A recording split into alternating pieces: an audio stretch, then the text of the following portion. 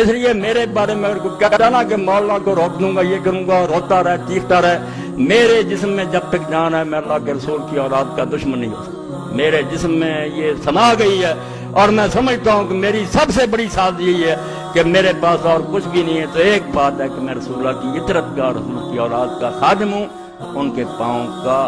گرد راہ اپنے آپ کو سمجھتا ہوں، اور یہ کوئی جذباتی بات نہیں۔ میں نے اس پر ہزاروں دفتر پڑھے ہیں، حدیث کے، تاریخ کے، تفسیر کے، فقہ کے، علم کلام کے۔ یہ باتیں صرف تاریخ میں نہیں، ہر جگہ بحث ہوئی ہے۔